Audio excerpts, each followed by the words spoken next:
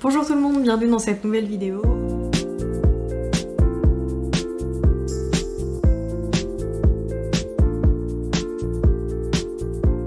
Aujourd'hui je vous retrouve pour un reading vlog axé sur Le cœur singulier de Millie Davis de S.A. Yarmond. Donc c'est aux éditions Hurlevent, donc c'est une toute jeune maison d'édition qui n'a à l'heure actuelle que 3 parutions. Mais les 3 parutions me donnent énormément envie. Je me souviens du nom de la deuxième, c'est La Duchesse de Buckingham. Et la troisième est en précommande le jour où je tourne cette vidéo. Et je ne me souviens plus du titre. Mais bon, en tout cas, elle me fait tout aussi envie. Et j'aime beaucoup le travail éditorial qui est fait sur ces livres. Parce que la couverture est en hardback. Il y a à chaque fois un petit dessin pour représenter le livre. Ici, c'est les fleurs. Sur la Duchesse de Buckingham, le petit dessin c'est une couronne, et sur leur dernière parution il me semble que c'est une pièce d'échec, si je dis pas de bêtises. Le dos aussi est vraiment très très beau, et les pages sont assez épaisses, donc j'aime beaucoup le toucher que ça donne tout simplement. Et juste pour vous parler du livre, je vais vous lire le résumé parce que j'ai complètement oublié de quoi ça parle, mais je savais que ça allait me donner beaucoup envie parce que du coup l'autrice c'est la personne qui tient la chaîne YouTube Mrs. Book Yarmond, et à chaque fois j'aime beaucoup les livres qu'elle peut proposer, donc je pense qu'on se ressemble pas mal au niveau des livres qu'on peut lire. Et elle aime beaucoup l'historique, moi aussi c'est l'un de mes genres préférés, voire même mon préféré. Donc j'ai très hâte de découvrir son roman, sachant que les éditions Hurlevent, je vais y arriver, organisent une lecture commune qui commence aujourd'hui. Donc à l'heure où je filme, on est le 28 novembre. Donc je sais pas encore si je vais respecter le chapitrage ou pas, mais je vais avoir un petit peu de temps cette semaine, donc je vais vous emmener avec moi tout le long de mon reading vlog. En ce qui concerne le résumé du roman, je vais vous lire la 4e de couverture, comme ça ce sera beaucoup plus simple. Millie Davis est une écrivaine à la confiance fragile. Si le premier tome de sa saga historique, Les espérances des femmes Templeton, s'est retrouvé sur les étals de toutes les plus grandes librairies du monde, son syndrome de l'imposteur a refait surface à l'apparition de critiques dénonçant des anachronismes. Encouragée par Lyra, avec qui elle entretient une amitié épistolaire depuis des années, Millie décide de braver troubles anxieux et timidité maladive en retrouvant les bancs de la fac d'histoire. Sous l'impulsion de son entourage et pour le bien de sa saga, elle sollicite l'aide d'Alfred Burton, professeur d'archivistique, c'est compliqué à dire ce mot, qui accepte de lui prêter main forte dans ses recherches. Fouille dans les rayonnages poussiéreux d'une librairie mystérieuse et discussions passionnées autour d'une tasse de thé bouleversent alors son quotidien habituellement casanier, et à mesure que l'histoire d'Isadora Templeton s'écrit, celle de Millie se tisse également. Entre les réunions du club d'activistes véganes de sa grand-mère, la fantasque Maggie, les rendez-vous studieux avec son professeur et l'écriture de son second roman, le train de vie de Millie s'intensifie, tant et si bien qu'elle peine à voir les évidences qui se dressent sur son chemin. Des plaines écossaises battues par le vent aux vallées sombres d'une librairie clandestine, Millie partira en quête de 2 destins, celui de l'héroïne de son roman et le sien. C'est un résumé qui est assez long, je trouve. Enfin, en tout cas, c'est peut-être la mise en page qui fait qu'on dirait que c'est un petit peu long. Mais en tout cas, ça me donne énormément envie. Il y a de la librairie, enfin, ça parle de librairie, de thé. Il y a une grand-mère... Enfin, j'adore les personnes âgées, je les trouve très mignonnes. Donc, le fait qu'il y ait une petite mamie fantasque, ça me donne beaucoup aussi envie. Le fait qu'aussi Millie soit écrivaine, enfin, il y a énormément d'éléments qui font que je pense que ça va être un coup de cœur. Donc je vais vous emmener avec moi tout au long de ma lecture, et j'espère que ce petit vlog vous plaira.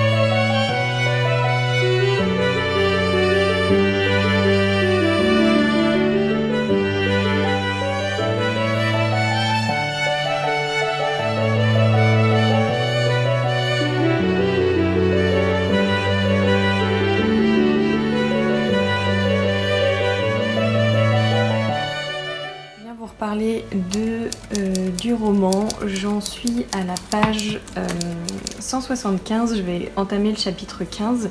Et pour le moment, ça ne me déçoit pas du tout, j'adore, vraiment, j'adore tous les personnages, notamment Maggie. J'ai quand même un gros coup de cœur sur sa grand-mère qui est extrêmement drôle, et toute sa bande de copines, toute la bande de copines de sa grand-mère, elles apportent toutes quelque chose, elles sont toutes très très bien ficelées, très bien trouvées, donc c'est vraiment très très cool.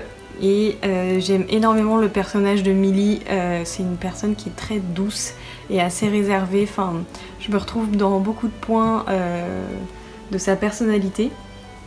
Et j'aime beaucoup le fait qu'on ait l'histoire de Millie et en même temps l'histoire de Isadora, le personnage principal du roman de Millie, donc les espérances des femmes de Templeton. Et en même temps, j'aime bien aussi la correspondance épistolaire qu'elle a avec Lyra. Oui, Lyra, c'est ça. Et ça rajoute aussi un autre petit point un peu plus extérieur sur la situation de Millie. Elle lui apporte des conseils, enfin Lyra lui apporte des conseils, Millie apporte des conseils à Lyra. Enfin, c'est un échange très intéressant. Donc pour le moment, j'aime beaucoup. Je suis aussi très fan du professeur... comment il s'appelle ? Du professeur Burton. Il a un côté assez doux aussi et assez compréhensif. Enfin, c'est un petit peu un cliché entre guillemets dans la manière dont il s'habille. Il a vraiment des tenues, des ensembles avec le motif Prince de Galles, etc. C'est un professeur d'archivistique. Je crois qu'on dit comme ça, j'espère. Oui, archivistique, j'ai raison. Et ouais, pour l'instant j'aime beaucoup, j'espère que ça va continuer comme ça. Je vous reprendrai peut-être demain, je sais pas, je prends le train demain pour rentrer chez mes parents quelques jours. Donc j'aurai le temps de lire, donc on verra si vous aurez peut-être un plan de moi qui lis dans le train, super. Je sais pas si j'aurai trop le temps de lire ce week-end en rentrant chez mes parents, parce que c'est un week-end un petit peu festif, donc on verra. Mais je pense que je lirai dans le train demain en allant chez eux, on verra bien. Mais j'espère que je vais pouvoir avancer dans ma lecture.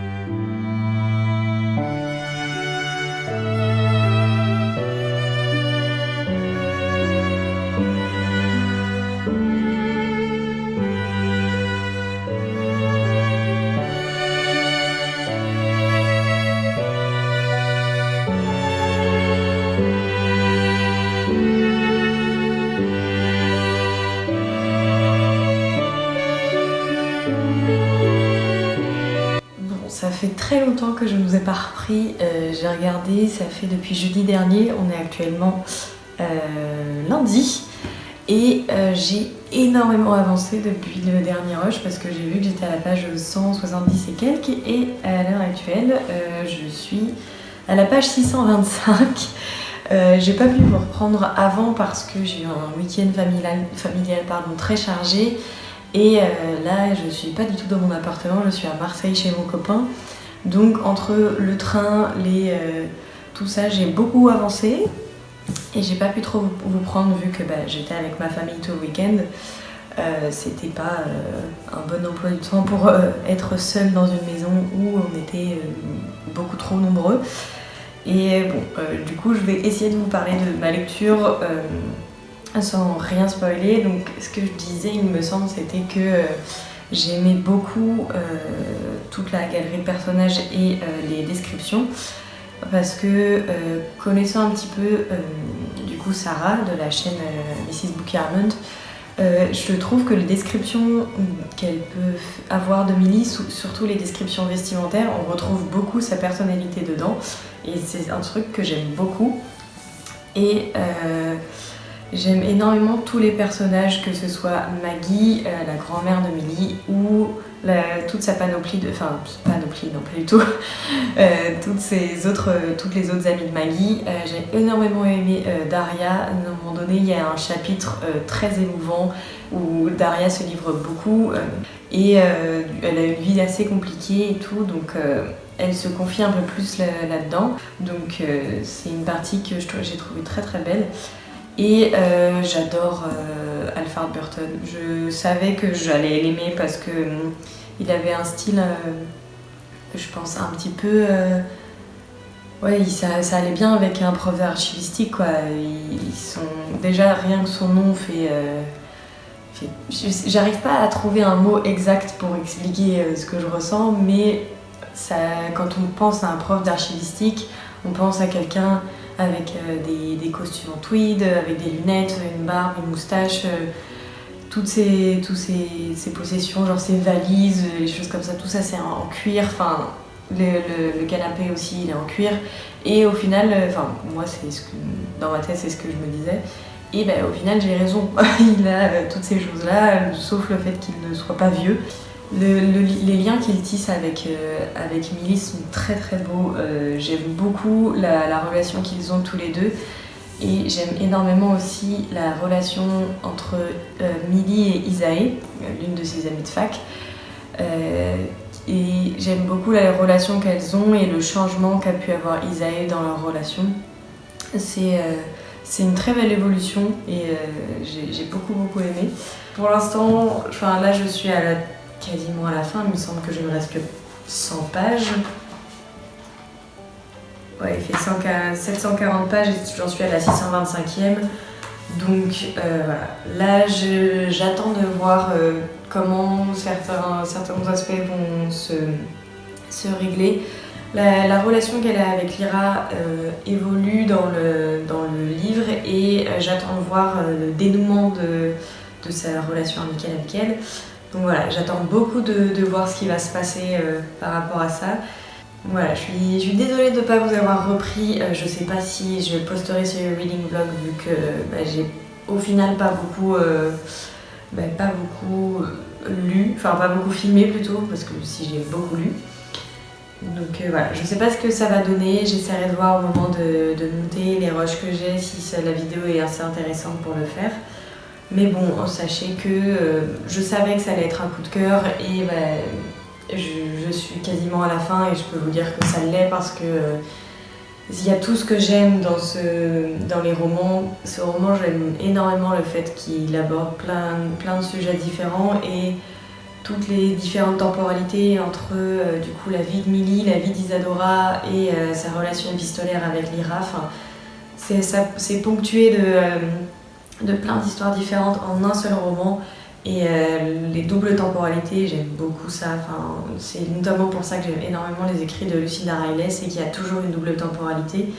Et celui-ci ne fait pas exception. Donc je vais continuer et probablement finir ma lecture et je vous en reparlerai à la fin. Et si vous pensez que j'ai un cocard, ce n'est pas le cas, j'ai juste été piquée par un moustique chez mes parents, mais on a l'impression que je me suis pris une droite, ce n'est pas le cas.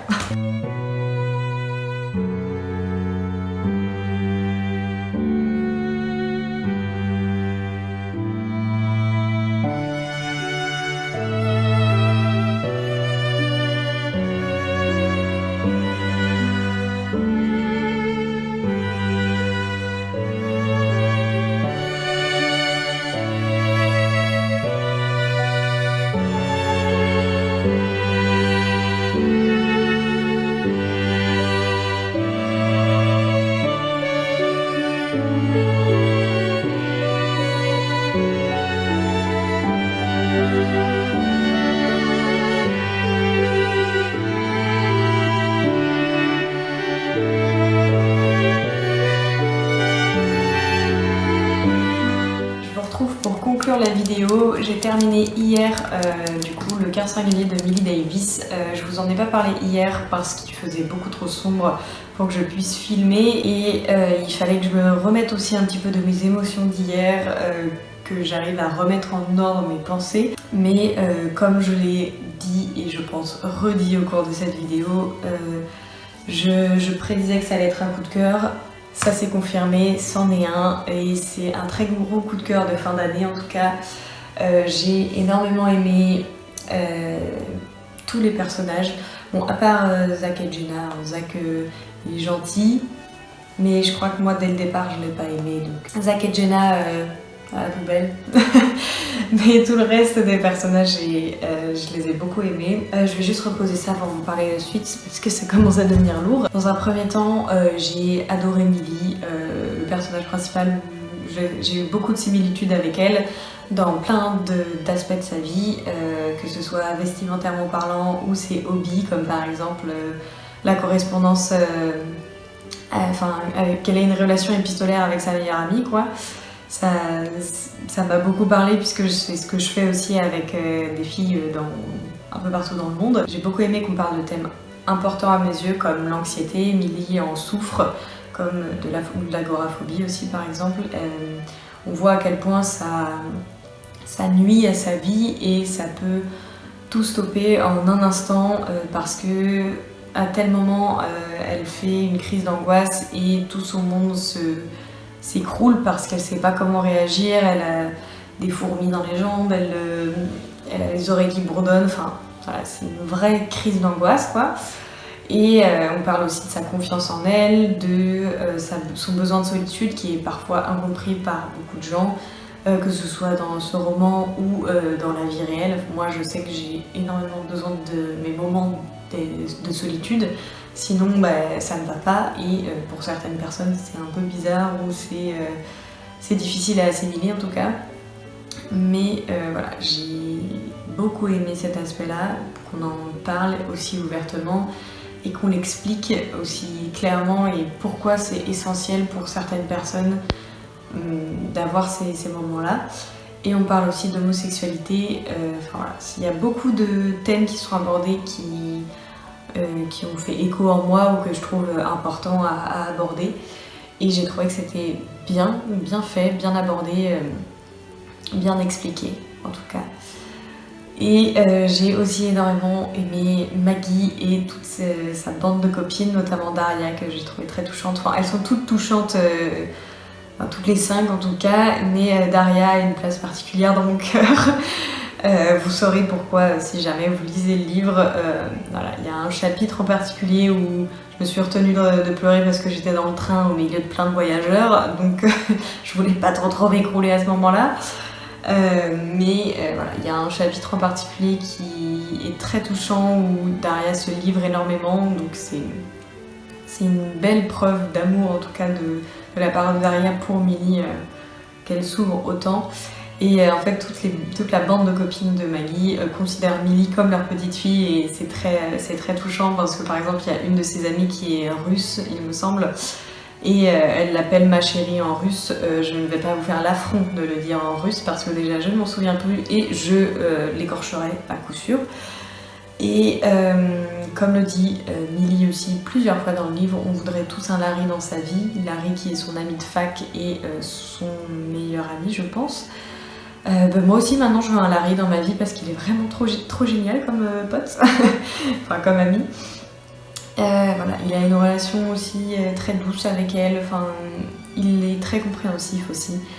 Et j'ai beaucoup aimé aussi l'évolution de la relation entre Millie et Isae.